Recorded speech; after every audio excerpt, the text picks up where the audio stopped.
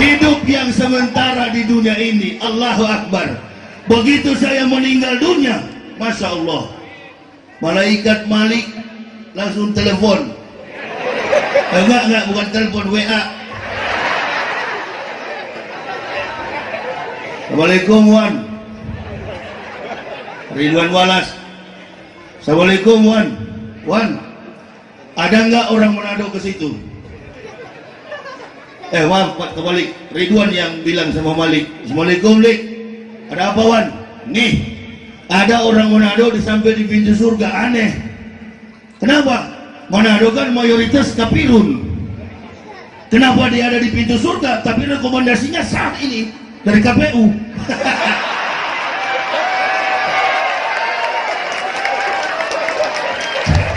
Allahu Akbar.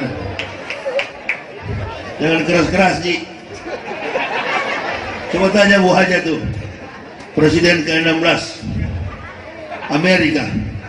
Dia hanya seorang konsultan hukum, bapaknya petani, Abraham Lincoln. Dia mengatakan kalau Anda ingin menyentuh fakta politik praktis, karena memang dia ingin membebaskan kulit hitam, betul kan Prof? Lalu dia katakan kalau Anda ingin belajar politik, cobalah berjalan di pinggiran pantai, lepas terompah kasutmu, berjalan 3 langkah, berhenti dan hitunglah setiap butiran pasir yang melekat pada kaki. Saking kritisnya memahami realitas politik. Jadi kita sudah bermain seperti Ronaldo. Kita sudah baku hantam sampai hengsel keluar. Ternyata salah strategi itu. Membunuh orang tidak perlu dengan pedang, dengan ujung lidah. Menyadarkan orang tidak perlu dengan tangan, tidak perlu dengan pedang. Sadarkan orang dengan ujung lidah. Membangun sebuah bangsa, komitmen dalam bernegara, sistem bernegara, tidak perlu dengan konsep kekuatan otot. Sampai ada istilah petahana dan oposisi. Petahana mempunyai 3 kekuatan: mobilisasi publik, fasilitas pemerintah, dan aparat. Oposisi mempunyai kekuatan kritik. Yang kedua adalah perhitungan-perhitungan dalam jejak-jejak politik di masyarakat. Yang ketiga, oposisi mempunyai kekuatan membangun kredibilitas untuk meluruskan petahana. Ini tidak berlaku.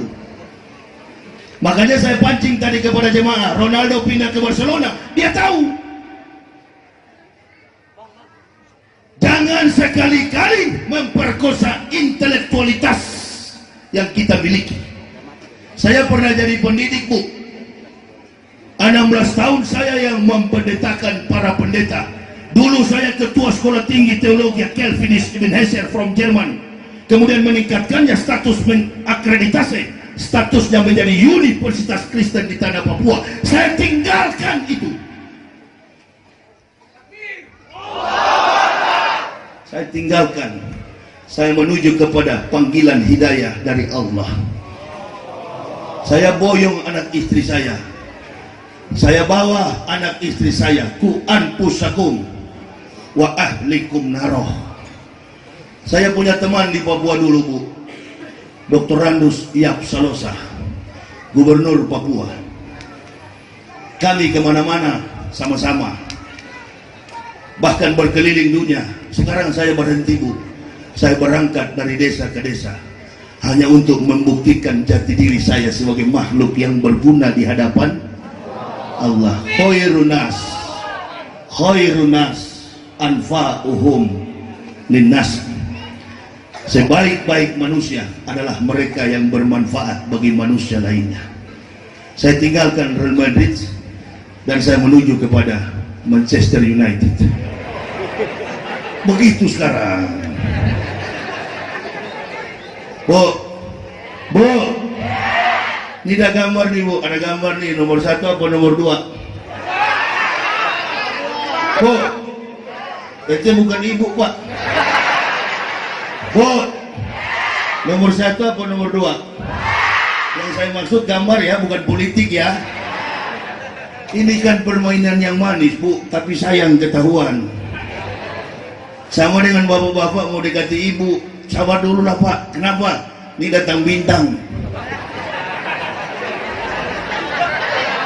Lalu ibunya tegur, salah Pak, bukan datang bintang, datang bulan. Masyarakat nggak bisa dibodoh-bodohi. Antum kalau amatiran jangan coba-coba, kata Abraham Lincoln.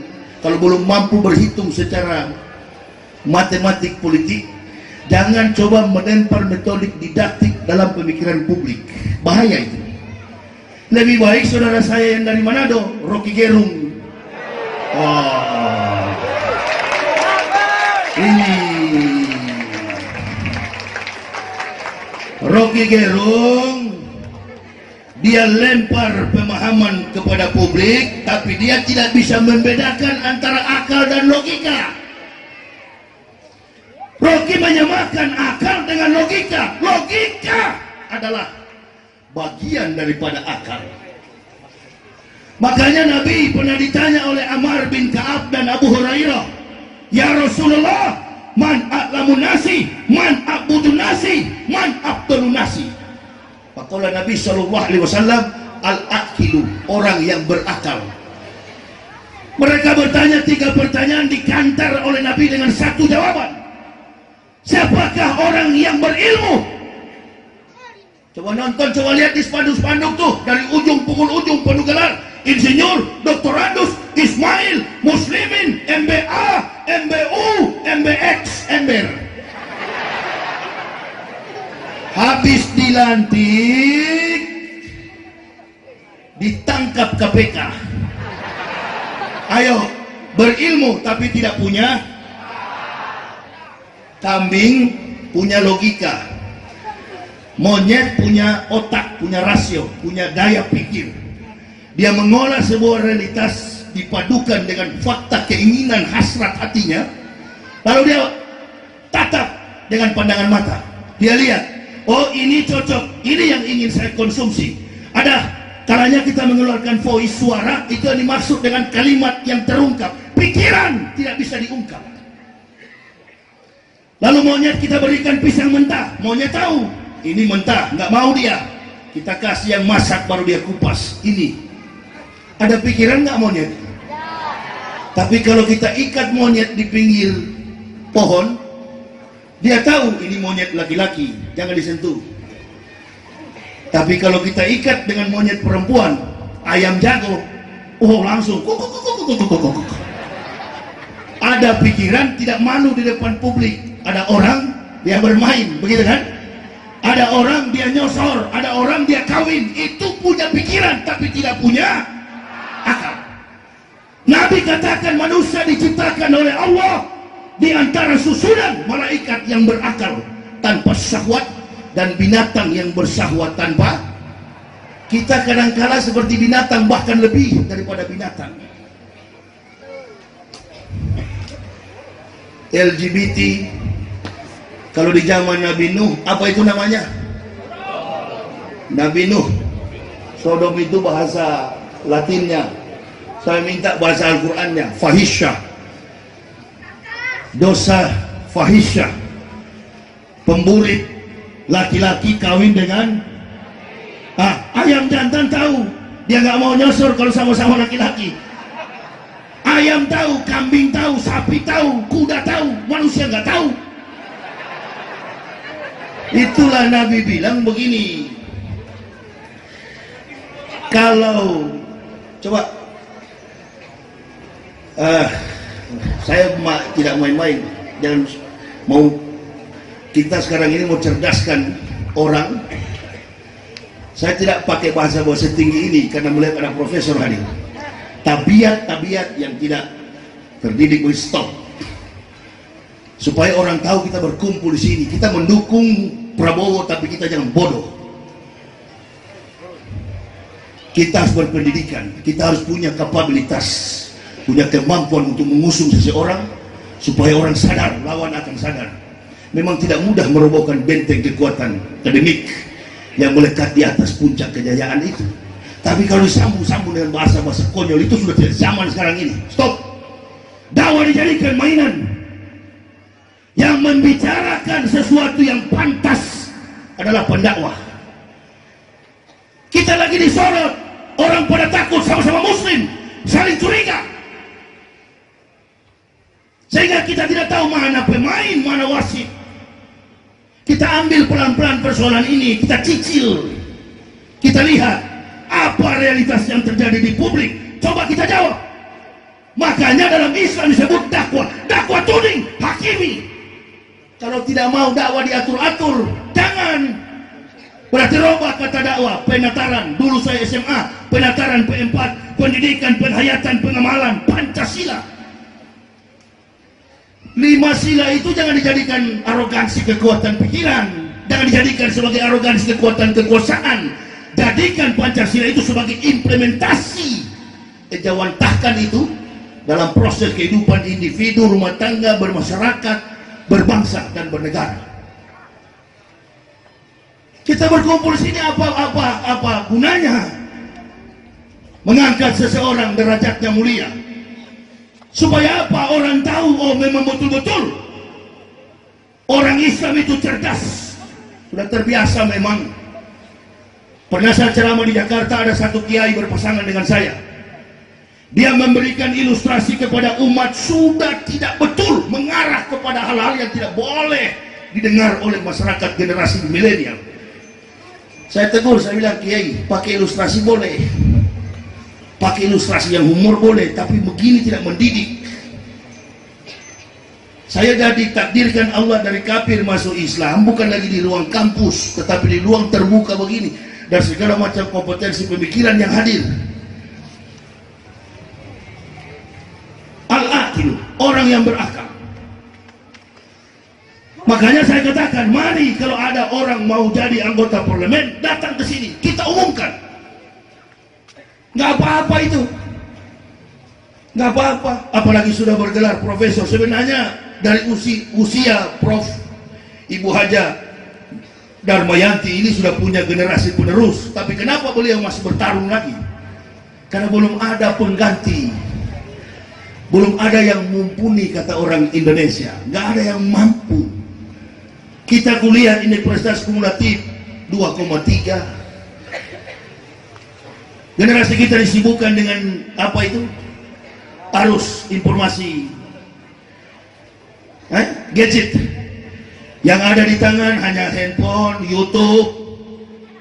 Bagus kalau antum lihat YouTube, lihatlah dakwah, lihatlah dalil-dalil ilmiah, belajar itu. Karena orang sekarang ini kan mencari pemimpin. Pemimpin yang apa? Yang kata Nabi, fatona, cerdas.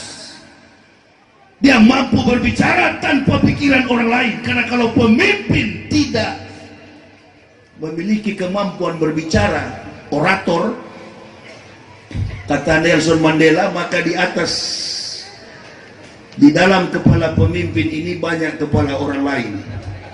Ketika kertasnya hilang, nganu. Mau antum jadi begitu? Jangan.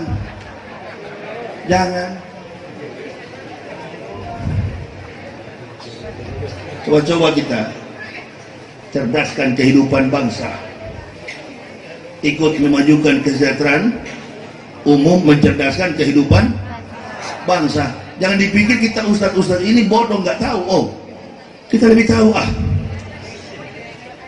Kita turun di medan dakwah karena kita tahu. Saya keliling ke Aceh, ke desa-desa. Tadi malam itu Bu Haja, hampir 15.000 jamaah.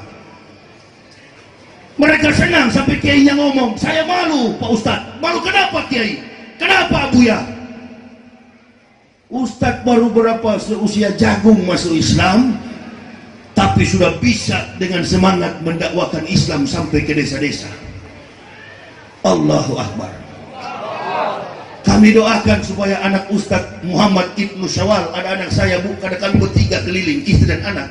Kami doakan Ustadz, ini anak supaya jadi anggota, supaya jadi Ustadz. Saya bilang, Pak Kiai mohon maaf, Pak Kiai mohon maaf, jangan dulu didoakan. Maunya saya tuh Ibnu itu jenderal. Jangan jadi Ustadz Pak, karena kalau jadi Ustadz bahaya di atas bahaya. Jadi Ustadz bahaya di atas bahaya. Apakah dia seikhlas bapaknya? Apakah nanti dia amanah sebagaimana Rasul dan para sahabat?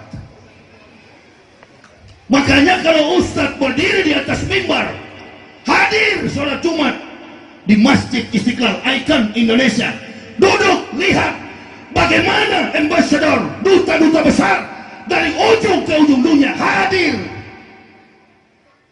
Yang di atas mimbar adalah Ustadz. Jangan dianggap hina.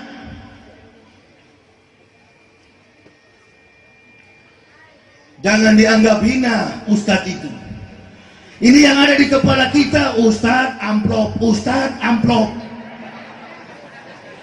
Ustadz sih, saya waktu pendeta, kalau ada orang Kristen dengar, kafir dengar, dia tahu pendeta duduk di sini, di depan, jemaatnya tidak berani lewat.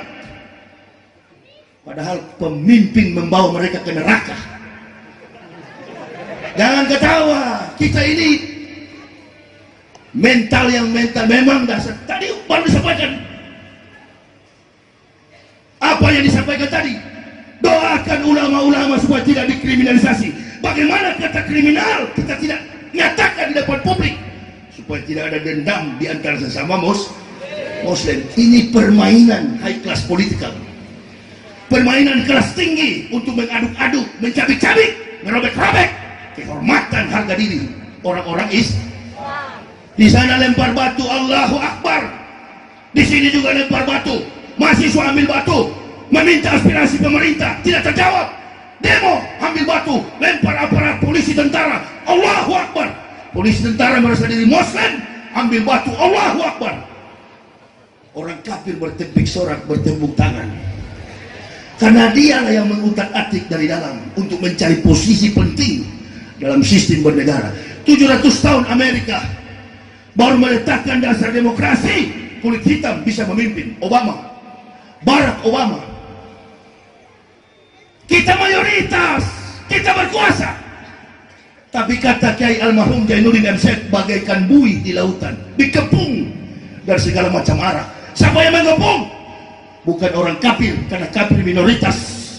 Dan dalam garis sejarah, orang kafir tidak pernah menang melawan Islam, baik dalam pertempuran fisik maupun dalam perdebatan argumen sains. Maka dia pakai orang Islam untuk menghancurkan. Ayo, hei, jangan jadi munafik. Kau bunuh saudaramu, nanti kau tanggung di akhirat. Jangankan sesama Muslim, orang kafir tetangga kita wajib kita lindungi. La ikraha fiddin, tidak boleh kita paksa dia masuk Islam. Manado, kampung kelahiran saya, dulu waktu saya masuk Islam 0,18%. Begitu saya masuk Islam, saya tunjukkan akhlak kepada saudara-saudara saya. Saya tunjukkan di sini junjunan kebesaran, keagungan Nabi Muhammad SAW disertai dengan akhlak dan perbuatan, kesabaran dan keikhlasan. Keluarga saya belajar, betul ya, dia di pendeta hidupnya mewah, parlente dari ujung kaki sampai ujung rambut. Sekarang dia hidup tanpa gaji, tapi dia gembira ria. Bolehkah kira-kira ditampilkan itu? Baru diuji sedikit oleh Allah, sudah berkhianat terhadap amanah. Bahkan tidak pernah menghormati tokoh-tokoh penting yang pernah duduk menjadi pemimpin di negara ini. Di mana contohnya Ustaz? Di Pekanbaru. Di Pekanbaru, presiden yang sudah menjabat 10 tahun memimpin kita masyarakat Indonesia sehingga maju. Sebelum Jokowi menjadi presiden, namanya Susilo Bambang, spanduknya dirobek. Ini yang saya mau ajar orang Medan. Ada istilah kampret dan cebong. Biarpun kampret dan cebong, biarpun cebong, jangan coba-coba diutak-atik gambarnya. Amin. Mari kita permalukan lawan dengan kemampuan intelektual kita, supaya dia tunduk, menyerah dan belajar kepada kita. Kalau dia tidak mau, biarkan Allah yang berkehendak. Itu dakwah. Menjawab persoalan umat, turun ke bawah, Saya bilang, Pak Kiai jangan doakan jadi ustadz. Tapi Pak Kiai belum berdoa, baru rencana.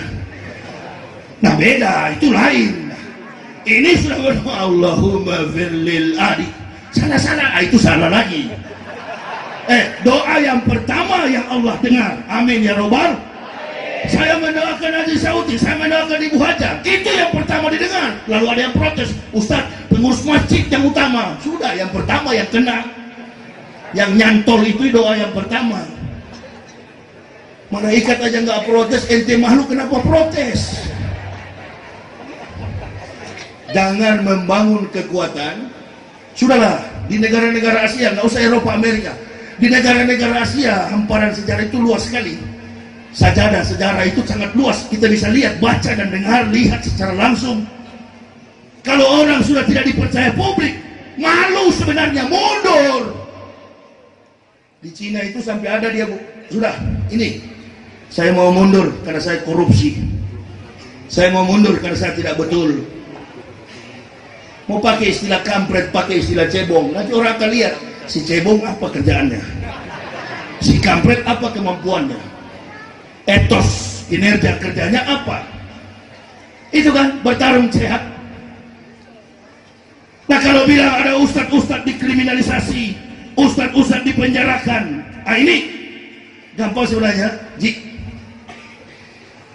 Biarkan, karena kita memakai hukum kekuasaan Allah. Ma'asaba min musibatin illa bi'idnillah wa ma yu'min billahi yahdi qalbu wallahu bikulli syai'in alim. Tidak ada musibah menimpa kepada seseorang kecuali dengan izin Allah, dan Allah memberikan pengetahuan di dalam hatinya. Sesungguhnya wallahu yahdi may yas'u ila siratal mustaqim. Sesungguhnya Allah Maha mengetahui segala sesuatu. Biarkan dia masuk penjara. Saya juga tinggal tunggu kapan lagi saya ini. Biarkan, illa bi'idnillah, bila Allah berkehendak. Biarkan juga saya masuk penjara. Siapa tahu di penjara jadi ustaz, narapidana yang tidak bisa baca Quran kita didik. Mari kita belajar apa Pak? Al-Fateko.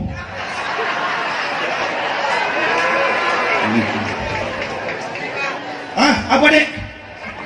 Apa coba ulang? Salah saya tadi. Al-Fateko. Apa? Al-Fatihah. Oh. Berarti dia tidak pakai kaf ya? Tidak ada kaf. Aduh, saya seperti ini loh, mu'alaf yang baru belajar. Aduh, malu deh. Nggak memang begini, Prof. Mohon maaf, Prof ya. Ini bangsa Indonesia ini akhir-akhir ini memang munafik.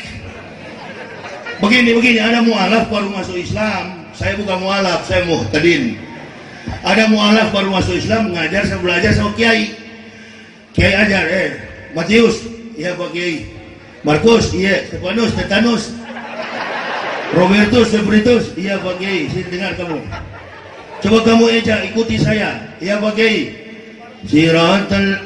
Ihdinas siratal mustaqim. Coba. Kamu anak baru masuk Islam. Ihdinas siratal mustaqim. Kiai bilang bukan kaf, nak. Qaf. Coba ulang. Ihdinas siratal mustaqim. Ihdinas siratal mustaqim. Ambil rotan dia hajar di kepala. Begitulah di kepala. Aduh Kiai sakti. Nah itu bisa.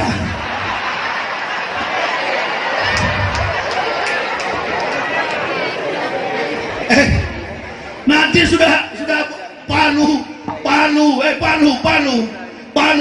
musibah, NTB, Banten, Makassar kemarin banjir, baru pulang bersatu.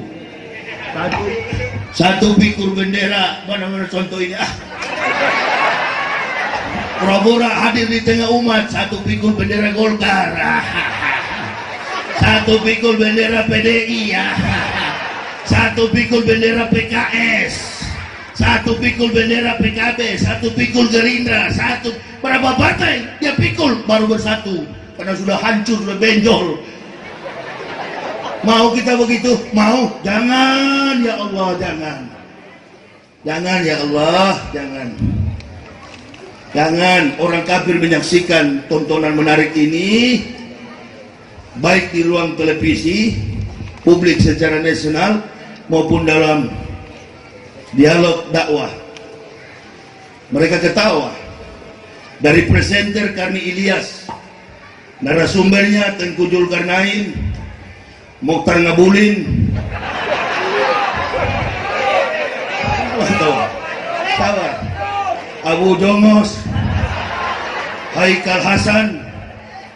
Terus di tengah-tengah ada yang pakai kopiah, namanya Agus. Nah itu katanya, lapor Pak, apa? Ini ada 41 masjid terpapar radikal. Dari mana disertasi hipotesis itu? Saya dapat Pak dari laporan agama-agama lain yang mengeluh innalillahi. Muna. Bu, saya waktu masuk, Bu aja baru masuk Islam tahun 2006. Saya tahu di Indonesia ini cuma dua golongan, mus dan kaf. Mus adalah muslim, kaf adalah kaf. Tapi Bu akhir-akhir ini sudah ada satu, Bu aja, kelompok munafik. Apakah di Al-Quran ada Ustaz? Ada.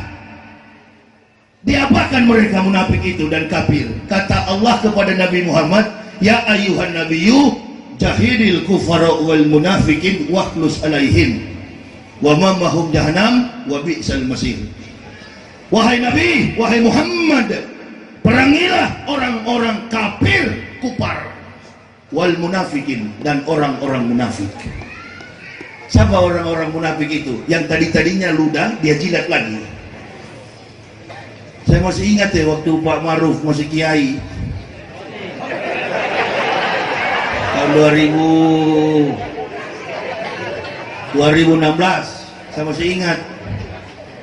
Iya, beliau katakan mengucap selamat Natal itu haram. Haram artinya berdosa. Saya ceramah di Pekanbaru, saya bilang enggak berdosa. Karena menurut Profesor Dr. Abineno, seorang teolog filsuf terkemuka di Kristen, mengatakan kami tidak tahu secara persis, dan waktu saya pendeta juga nggak tahu Bu, tanggal, bulan, dan tahun berapakah Yesus dilahirkan. Jika Yesus itu dianggap Nabi Isa. Saat penelitian di Israel, saya lihat 3 agama besar di sana, Yudaisme, Kristen, dan Islam. Tempat sembahyang Yahudi itu namanya Bet Tefila, bukan sinagoge. Tempat sekolah Yahudi itu, rumah sekolah, rumah pendidikan Yahudi disebut dengan Bet Hamidras. Kalau kita madras, dia Hamidras. Dia midras, kita madras.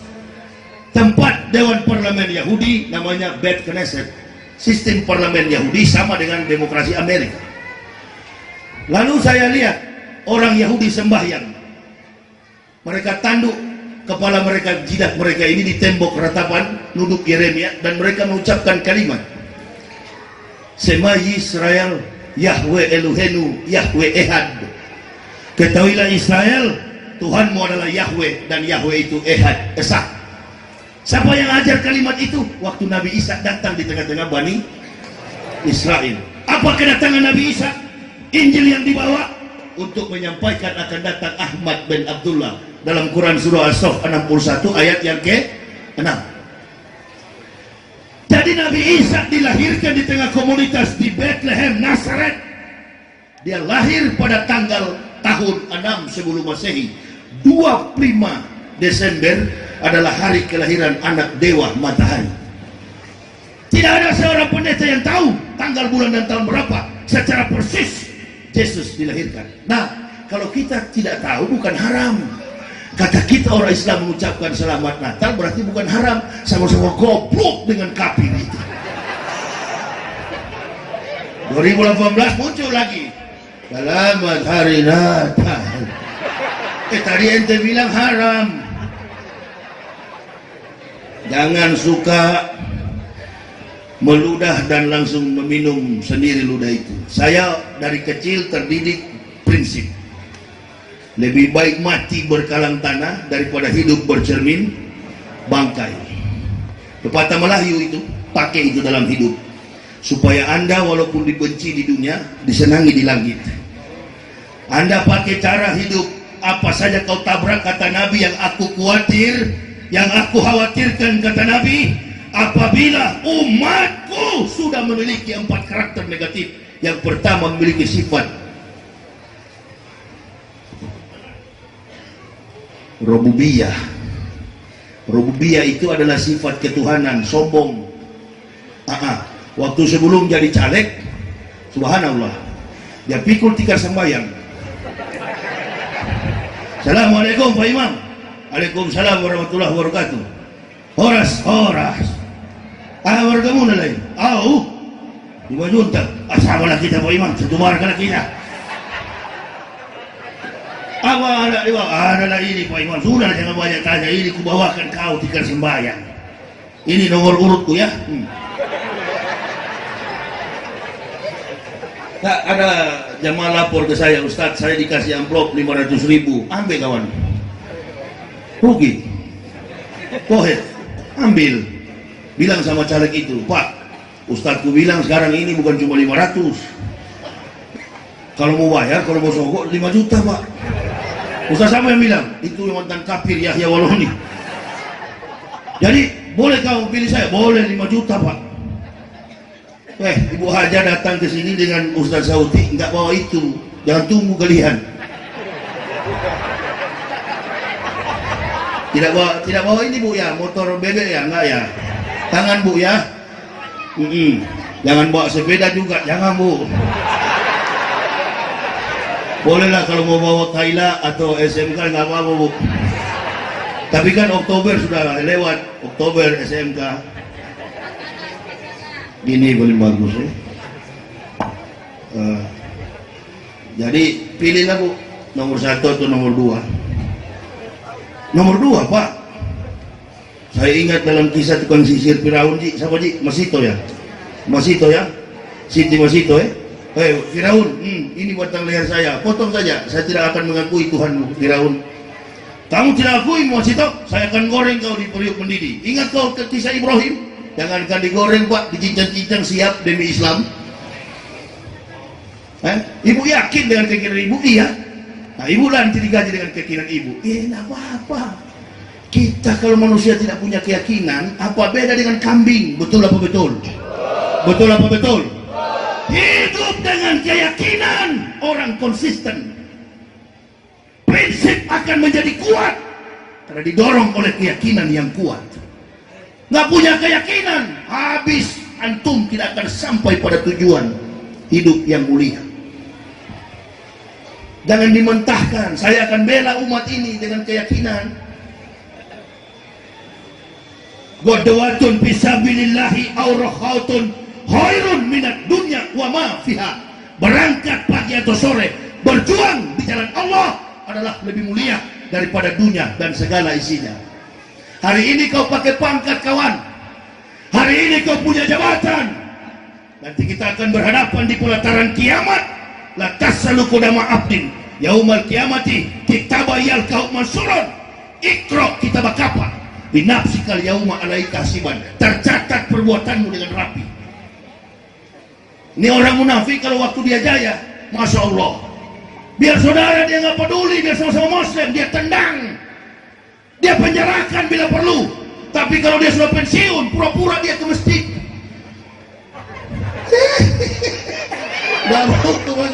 Hai, begapa kau di sini?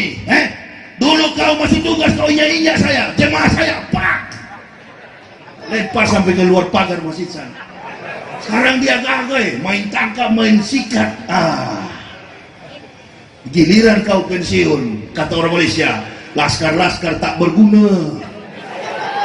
Habis kau. Itu baru di dunia, belum di akhirat. Belum. Akhirat ada lagi. Subhanallah. Makanya jaga prinsip keyakinan ini yang kita pegang. Mati sajalah manusia itu sia-sia kalau hidup tanpa keyakinan. Jadi tetap 2 Bu, tetap Pak. Coba yang satu maju. Nomor berapa? Nomor 1. Ini alasannya lebih saya terima.